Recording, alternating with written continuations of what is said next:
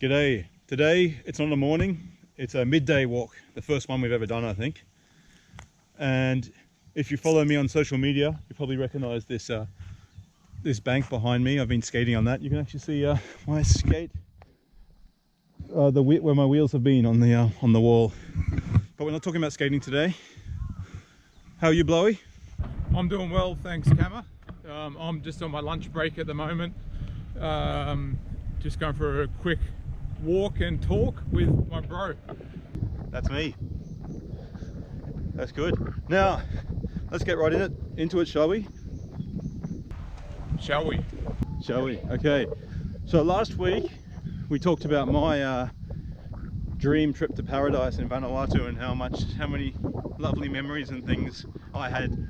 Today we're going to shift the focus to one of your stories. And yes, it's a bit of a tropical paradise, but it wasn't such a good time for you, was it? That's correct, and I'll go through the story shortly, but the location of this was Bali. Bali sounds beautiful. It does sound beautiful, and it is a very beautiful place, but as we know, there's always the underbelly of certain places. Yeah, I've only been to Bali, like I've been there twice, but both times have been just a stopover. So I think I got out of the airport and had to walk around for 10 hours or something. So I just kind of went around the tourist traps. I didn't get to go up into any of the hills and see anything too exotic. Just before I start talking about it, I'm just about to cross a lovely ford here. See, look at that, yeah. Oh. So I'll just showing everyone. Is it a ford or a fjord? I say fjord. Fjord. But I wouldn't take my pronunciation as the gospel. Well, you're the journalist, so you're probably more correct. So there's a bit of water flowing because we've had a bit of recent rain lately, as you can see. The construction happening over there. But anyway, shall I start the story, Cameron? Yeah, start the story. Alright, so the story started, now I'm not very good at years, maybe you can help me with the date, Camera. It might have been in like 2005, I think. What do you reckon? Yeah, I think that sounds about right, because I think I was in Osaka when you told me the story. I just kind of have because I remember you getting on the phone the moment you got back, because you were living in Japan, and I remember you called me when you came back and you told me this story. I was expecting a pretty simple story, and then you told me this story and I was like, holy, what on earth I wasn't expecting that. So I think it was, yeah, about 2005. So you were living in Japan in Nagoya, weren't you?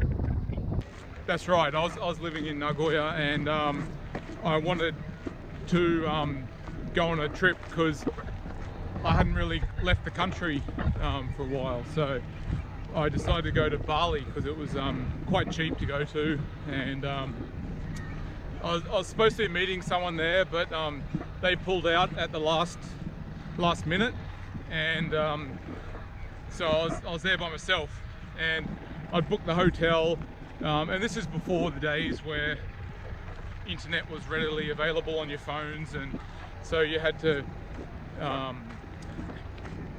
book that well in advance. And I booked this dodgy place. What was that, David? Oh no, I was just going to say, not only when they're not on your phone, but even things like Wi-Fi.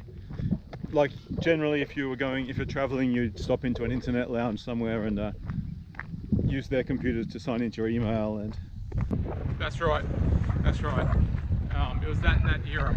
And anyway, so I arrived in Bali, went to my hotel, and it was kind of in the middle of nowhere, and it was a very Indonesian hotel, and what I mean by that is there weren't many foreigners there, and if there were foreigners, they were foreigners traveling from Indonesia and the surrounding countries. So, sorry, what do you mean by that? There were foreigners traveling from Indonesia?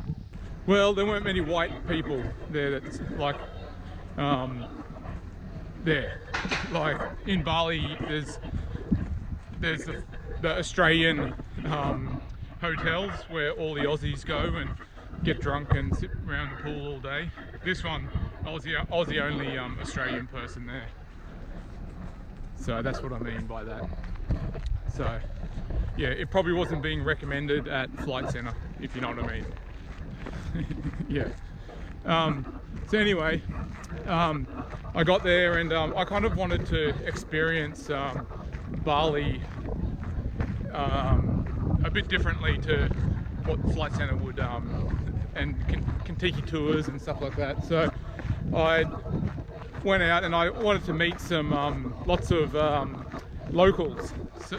So I spent a few days there. Anyway, I'll jump to the story. I was in the shopping centre, and this lady came up to me, this mother, and she said, "Oh, hello, where are you from?" And I said, "Oh, I'm from Australia." She goes, "Oh, whereabouts?" My daughter's going to Australia. I said, "Oh, I'm from Brisbane." And she goes, "Oh, wow, my daughter's actually going to Brisbane. She's a nurse, and she's going to the Royal Women's Hospital in Brisbane." I said, "Oh yeah, I know that. That's a big one." And she goes, "Yeah, yeah." And she goes, "Oh, she would love to talk to you and just ask a few questions about Brisbane because she's going to be there soon." I'm like, "Okay, yeah, that sounds fair enough." And her husband was there. They seemed like a lovely couple just to bump into in the supermarket. Well, I mean, you would have concerns, wouldn't you, if you're going to a new place, and like you said, it wasn't the age where it was easy to get information online, so I guess when you find someone like you, you'd make the most of the opportunity. Exactly, and you have to remember here that I had been living in Japan, and this type of stuff was happening all the time. Like, you would bump into people and they're so friendly over there that, you know, you end up spending a weekend with some family that you've never met before and they take you to Disneyland, or, you know, that's not unusual in Japan. So this was very, very normal. And so anyway, they said, "All right, well, I already had plans for that day." So I said, "Look, I'm free tomorrow night." They said, "Cool, we'll pick you up and we'll take you to dinner." And I said, "Okay." And they said, "Where's your hotel?" And I told them my hotel. And they said, "Cool, we'll pick you up from there." And I'm like, "Okay." And so they picked me up from the hotel, drove to their house. It was a really long drive at night time as well. Yeah. What time are we talking? Oh, it wasn't late, but it just got dark. So what, 6 o'clock or something like that, I think it was this time of year, 6 or 7. And anyway, so they drove a really, really long way to their house. And once I arrived, I met the family and sat down and had dinner with them. The daughter wasn't there yet. She was at work. She was still coming. She was running late. Anyway, so I talked to the dad and the mum and had a massive meal. And then the dad's like, "Oh, do you like poker?" And I said, "No, not really." And he goes, "Oh, come here. We'll play some cards." And so, okay, cool. We went into this little room, which was his poker room, and he pulled out the cards and he goes, "All right, let's play games." So I played a quick game of poker. And had you played poker before? Like, did you know the rules? I knew the rules, yeah, but just the basic rules. I'm no poker king. I'm not going to win any tournaments. But anyway, so he goes, "All right, I know this system, which you just can't lose. I'll teach you this system." You can't lose? This sounds... With his system, yeah, you can't lose, apparently. Yeah, okay. Yeah, so he went through his system with me. It was he was using his hands and cheating. So he was a dealer, and so he would use a series of hand signals. So basically you can't lose because the dealer's cheating and on your side. That's right, that's right. Now, he told me that he worked for the casino. Oh no. This Yeah, this is getting worse. Okay, what were you thinking at this stage? So at this stage I'm thinking, all right, this guy probably is teaching me this so he can take me into the casino and steal some money or something like that. That was going through my mind. And were you thinking of an exit plan at this stage? Were you thinking, okay? I was just thinking, I was just going to decline, or just not show up if he wanted me to go to the casino. Just tell him, yeah, I'll be there, and then not rock up. That was my plan. So anyway, he's like, all right, cool. Now you know it, you're getting good. He goes, I've got a guy coming around, a rich Chinese guy, and he owes me a lot of money, and he won't pay it back. So I want to play poker against him and win, employing this new technique. And I'm like, no way. I don't want to steal anyone's money. Don't even know this guy. And he goes, no. Look, all you have to do is just follow my system, all right? I'm like, no. And he goes, look, we gave you dinner. We opened our hearts up to you. And We gave you you're in our home, and now you're telling me that you won't do the simple thing for me. And I'm like, no. And he goes, oh, hang on. Here he is now. He goes, shut up. Don't say anything. If anything, if I find out that you try and tell him anything, you're fucked. And I'm like, oh shit. Now my heart started to pump. And this guy walks in, really rich Chinese guy, all blinged out in Louis Vuitton. Do you feel he's actually from like mainland China, or was he like Indonesian? I have no idea. He looked Chinese, so they called him Chinese. So, you know, he might have been Indonesian for all I know. Anyway, so he comes in and they make me do the thing to him. Do the thing to him, come on. Yeah, they make him cheat him out of his money, and like it's just small money at the moment. They gave me some of their cash to play with. I'm like, right, it's just Like a physical wad of cash, like they gave me $100, American. American, wow. Yeah, American. So Wait, did they gave it to you when he wasn't looking? before, yeah, they said, look, here's $100. We'll start with that. We'll play with my money, so don't worry. It's gonna be fine. Anyway, so we won, and the guy's like getting angry because I kept winning, and then Was he getting angry just like in general, or was he like towards you, or did he kind of suspect something's happening? it was more towards me than anyone else. And so anyway, he's like, all right, that's it, we're gonna play big now. I'm like, no, I think I'm done. And then the guy's like, the dad's like, hang on, could you just step out for a second to the Chinese man? So he stepped outside, and then he had to talk to me. He's like, all right, we're gonna play big now. And he goes, he goes, look, how much money do you have? And I said, oh, I don't have anything. He goes, no, you gotta have something. How much is in your wallet? And I'm like, oh, not much. I've just got a bit of Japanese money and a bit of Australian money and a little bit of Bali money. He grabbed my wallet and he's like, yep, that'll do. And he's like, and I'm like, no. And he's like, I'm locked in this room, and also in the room there was another, like 3 other guys in there as well. And this small room, I'm trapped. And so I was shitting myself at this stage. And he's like, all right, give me your passport. And I'm like, no, I don't have my passport. It's in my... I did have it on me, but I said, no, I don't have it on me. It's in my safe at the hotel. And Did you even have a safe at the hotel? No. It was on me. It was on me. Good job. So yeah, I lied. So anyway, it's easier to say, isn't it, that you don't have a passport than saying you don't have your wallet. exactly. Anyway, so now the guy comes back in, and they're like, all right, and he pulled out a briefcase. He opened up the briefcase, and it had a massive, like it was $100,000 in American dollars, just big wads of American cash. And he opened that up his briefcase. He goes, I want to play the lot. And my heart just stopped beating. I'm like, what?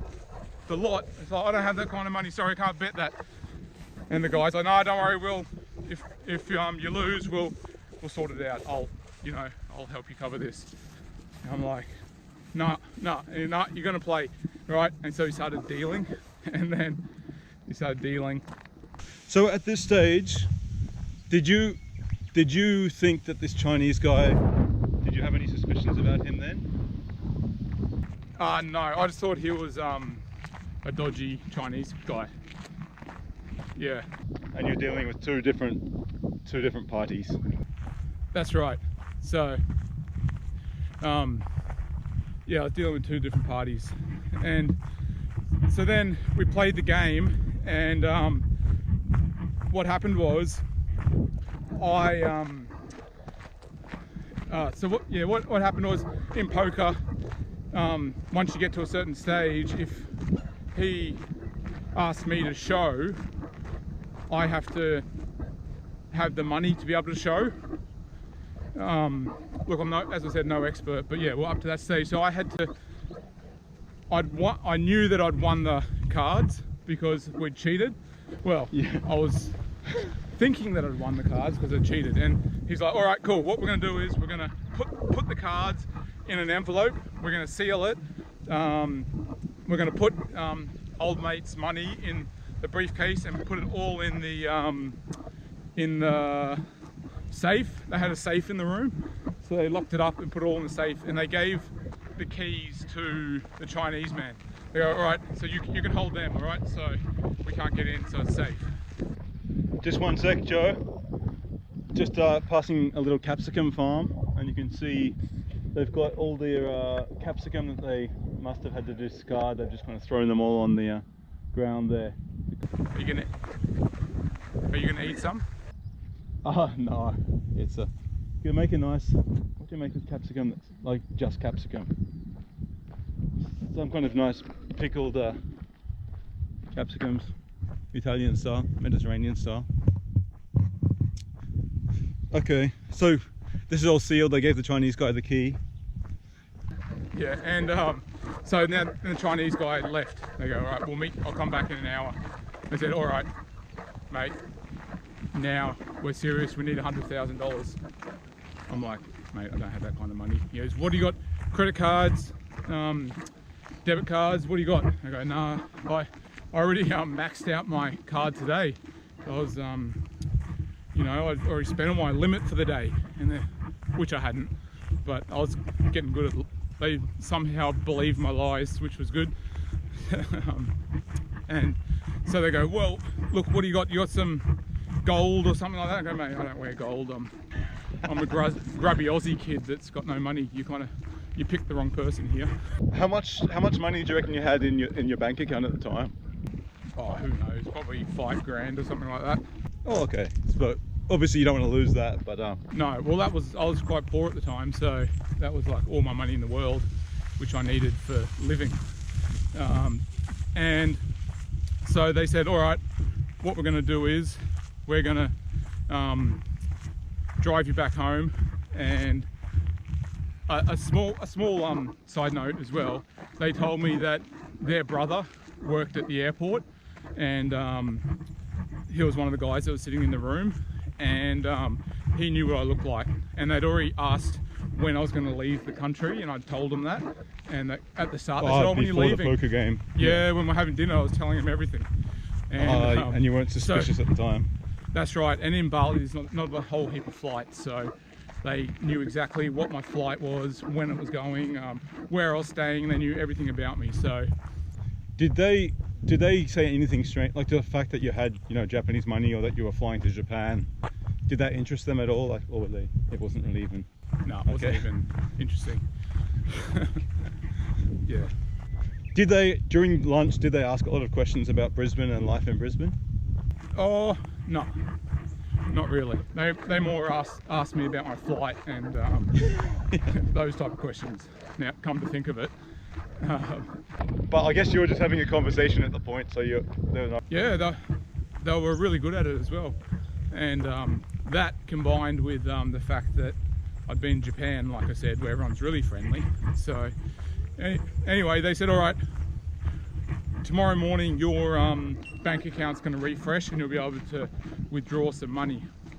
I'm like, yeah, that's right. And they said, all right, well, we're going to pick you up tomorrow morning at 6 o'clock, and we're going to go for a trip to the ATM and withdraw as much as we can. And they knew where your hotel was? They dropped me off at the hotel. So they knew exactly where it was. And the funny thing was, when we drove back to my hotel, it was a really quick trip. And it's like, hang on, this is a bit weird. So they must have taken me on the long way to make me feel disorientated, and make me also more... Yeah, I could have ran away or something like that. But because I thought it was in the middle of nowhere, a long way away, that's what confused me. So, and again, if it was today, you'd have like Apple Maps or whatever on your phone. Oh, exactly, yeah. Not Apple Maps or Google. Exactly. Or I could take photos of them or something like that. So, sneaky photos but back then you had nothing. So I was alone. And then they took me back and they said, yep, we're going to see you 6 o'clock tomorrow. Be out here, or else we know where you're leaving, we know where you're staying, you can't run away. And I'm like, oh shit. So that night I couldn't sleep at all. I was kept getting up, going to the toilet. Worst night ever. I'm just thinking, what am I going to do? So I at like 4 o'clock in the morning, I packed all my stuff, checked out of the hotel, and How many days did you lose there? This was actually right at the end. So I was actually meant to be leaving that next day at night time, I think. Okay. So you lost one night there, basically. Oh, no, I didn't really. Just the night where I couldn't sleep. Oh, so you were already checking out that day anyway? That's right, yeah. But not till the night time. Yeah, okay. And so I had this massive surfboard bag, which was fluoro pink, like really, really bright, and like you couldn't miss it, like a bloody pasty white guy walking along with this massive fluoro pink surfboard bag. It's standing out. So anyway, I got up, checked out at like 5 o'clock, and there was a secret little alleyway which you could go down, and so I took that. And how did you know about that? Just from exploring? That's right, just from the previous days I'd used it before. So I went out, and a few days ago I'd bought some artwork from this really nice guy in town in Kuta, and he was a really, really, really good guy. And I went and saw him in the morning. So I went to his place, and I told him my story, and he's like, oh, I'm sorry. Just 1 second. Why didn't you go to the police? Oh, sorry. Yeah, well, the police in Bali are very corrupt, and they also told me that if I told the police, because I had been engaging in illegal gambling, that they would arrest me. And this was just after Chappelle Corby got caught for having the marijuana in her boogie board bag. This is just after she got arrested. So it was kind of definitely not going to the police. That's not an option. And also I'd been pulled over a couple of days on my motorbike, and I had to pay a bribe to the police. So were you riding without a license or something? No Indonesian license? Or that's right. So that was my fault, but you know. Yeah. So you showed them your Australian license and said, no, this is not going to do. That's right, yeah. So anyway, I went to his place, and he told him the story, and he's like, he felt so sorry. He's like, sorry man, most Balinese people are really nice. I'm sorry that you had this bad experience. And he goes, look, you can come to my place and hide out here. And he goes, I've got a mate who's a limo driver. He'll come pick you up in the afternoon and take you to the airport. And he like calmed my nerves down, and he actually like made me lunch and made me this delicious tea, and he actually let me sleep in his bed because I hadn't slept. And so I just slept all day because I was so tired. And you felt relaxed and safe there? Exactly, yeah. And then it was time to leave, so just 1 sec. If you hadn't met this guy and had that encounter with him, what do you reckon you would have done after that? I've got no idea. I probably would have went to the airport early and just hid there, because I knew once, well, I didn't really know at the time, but my mate, he said, look, once you're in the airport, no one can touch you in there. Yeah. Like, it's safe in there, so. Cameras and stuff in. Exactly. So that probably would have been where I would have went anyway. But it's a pretty shit airport, and you wouldn't want to spend 12 hours extra in there if you didn't have to. Yeah.